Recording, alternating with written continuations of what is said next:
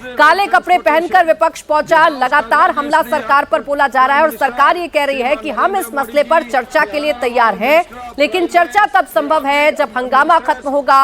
हंगामा बदस्तूर जारी है और इसी को देखते हुए लोकसभा की कार्यवाही एक बार फिर से स्थगित हो गई है। लगातार तीसरा दिन है आज जब संसद की कार्यवाही नहीं चल पा रही है। भारी हंगामे को देखते हुए लोकसभा की कार्यवाही को आज फिर से स्थगित कर दिया गया है। 12 बजे तक के लिए लोकसभा स्थगित हो गई है।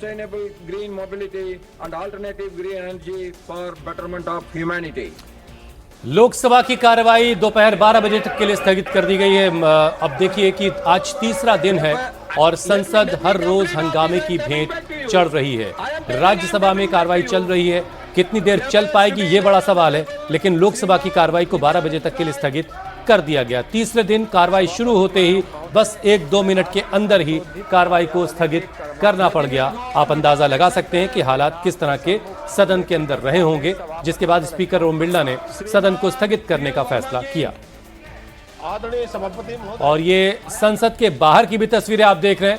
काले कपड़ों में तमाम सांसद विपक्ष के पहुंचे हैं और सरकार के खिलाफ जबरदस्त नारेबाजी हो रही है। प्लेकार्ड के साथ पहुंचे हैं और काले कपड़ों के पहने हुए बहुत सारे सांसद दिखाई दे रहे हैं।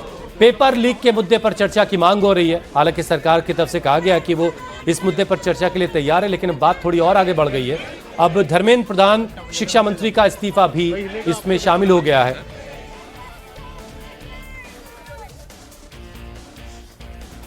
अभी जहां विदेश यात्रा गए थे वो किससे मिले? वो इस्लामिक कंट्री के किस तरह के अधिकारियों से मिले? देश तोड़ने वाले कैसे अधिकारियों से मिले? चीन के किस अधिकारी से मिले?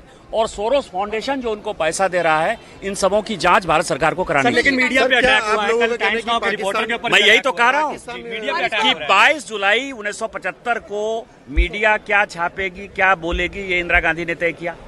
यही राहुल गांधी तय कर रहे हैं। मीडिया के लोगों के ऊपर अटैक। आज भी यदि मीडिया नहीं है तो देश में कुछ नहीं है, कुछ नहीं दिखाया जा सकता है। सरकार जो चाहेगी, जो जिसकी भी सरकार होगी, लेकिन मीडिया जो लोकतंत्र का चौथा स्तंभ है, आज भी चीजों को दिखाता है। परसों यदि सीजेपी का प्रोटेस्ट हुआ तो कल के अखबार में पूरा 4 पेज जो है उनके लिए रंगा हुआ था।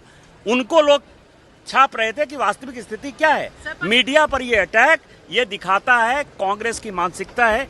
वो 1960 में नेहरू जी ने इमरजेंसी लगाया था, 1975 में इंदिरा जी ने इमरजेंसी लगाया, और ये जिस तरह का माहौल पैदा कर रहा है, राहुल गांधी एन केन प्रकारेण देश तोड़कर जो है सत्ता में आना चाहता है। सोरोस फाउंडेशन इसको पैसा दे रही है, इस्लामिक कंट्री इसको पैसा दे रही है, उसके आधार पर यह आंदोलन कर रहा है और मीडिया को पूरा बंद कर देना चाहता है। सर, कल्याण बनर्जी के हिसाब से हम गोदी मीडिया थे और इसलिए हम पर अटैक हुआ और वो ठीक था।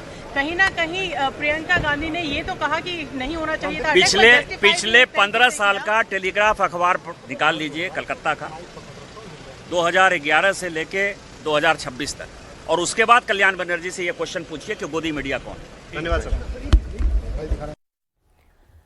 तो मीडिया पर जो हमले प्रोटेस्टर्स की तरफ से किए जा रहे हैं, उसी मुद्दे पर निशिकांत दुबे अपनी बात रख रहे थे और कह रहे थे कि मीडिया को कंट्रोल करना कांग्रेस की प्रवृत्ति रही है और एक बार फिर से यही कोशिश की जा रही है। दबाव बनाकर अपने पक्ष में माहौल बनाने की कोशिश की जा रही है।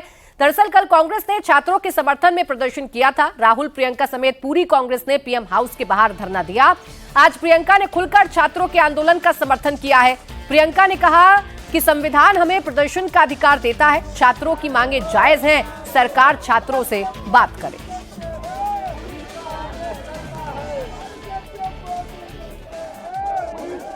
हमारे साथ जो हुआ वो इररिलेवेंट है।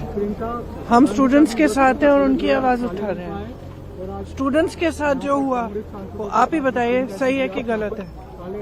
बच्चे हैं, सारे प्रोटेस्ट कर रहे हैं, कोई ऐसे प्रोटेस्ट नहीं है। जेन्युइन इशू है, जेन्युइन प्रॉब्लम है। सारे इस देश के सारे माँ बाप जानते हैं, इस देश के सारे स्टूडेंट्स जानते हैं। हमारे लिए सिस्टम, हमारा सिस्टम बदलो। ये सिस्टम चल नहीं रहा है, टूटा हुआ सिस्टम है, सब जानते हैं टूटा हुआ सिस्टम है। जिसके बच्चे हैं, किसी भी क्लास का हो, किसी भी वर्ग का हो, जिसके बच्चे वो जानता है कि बच्चों पे क्या बीतती है जब एग्जाम देते हैं। हमारा प्रोटेस्ट अलोकतांत्रिक है। लोकतंत्र में सबसे बड़ी चीज क्या होती है? फ्रीडम ऑफ एक्सप्रेशन और right to protest, peaceful protest. इसमें कुछ अलोकतांत्रिक बात नहीं है। अलोकतांत्रिक ये है जो यहाँ इस सदन में हो रहा है, जो सड़कों पे हो रहा है।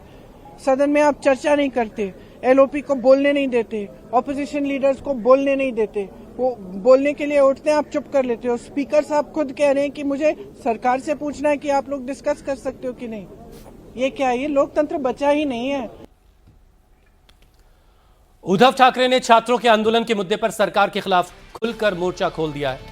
कल उद्धव ठाकरे जंतर मंतर पहुंचे थे, आंदोलन को अपना समर्थन दिया।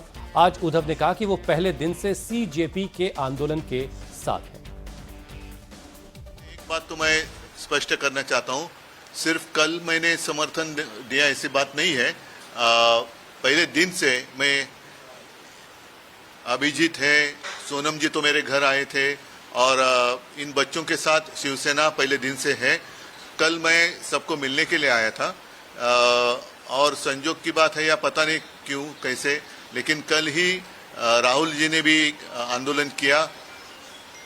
अगर हम देखें तो जिस बेरहमी के साथ सरकार इनके साथ पेश आ रही है या सुलूक कर रही है, ये कोई प्रजातंत्र का लक्षण नहीं है। ये तो अब बहुत सारे लोग कहने लगे कि इनसे तो अंग्रेज अच्छे थे, ऐसी बात क्यों करने लगे लोग। तो इसका मतलब ये है कि आज जो भी सत्ता में है, शायद उनके दिमाग में हवा चली गई है और वो हवा निकालने के लिए जनता को वक्त नहीं लगता है।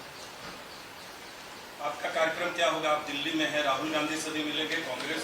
अभी तो आना मिलना वो तो बात अलग है। मैं आया था अभिजीत और सारे बच्चों को मिलने के लिए, वो तो मैं कल मिला हूँ। अब देखेंगे आगे कैसे करना है। आपके माध्यम से अभी मैं पूरे देश के लिए बात कर रहा हूँ, ऐसे समझ लो।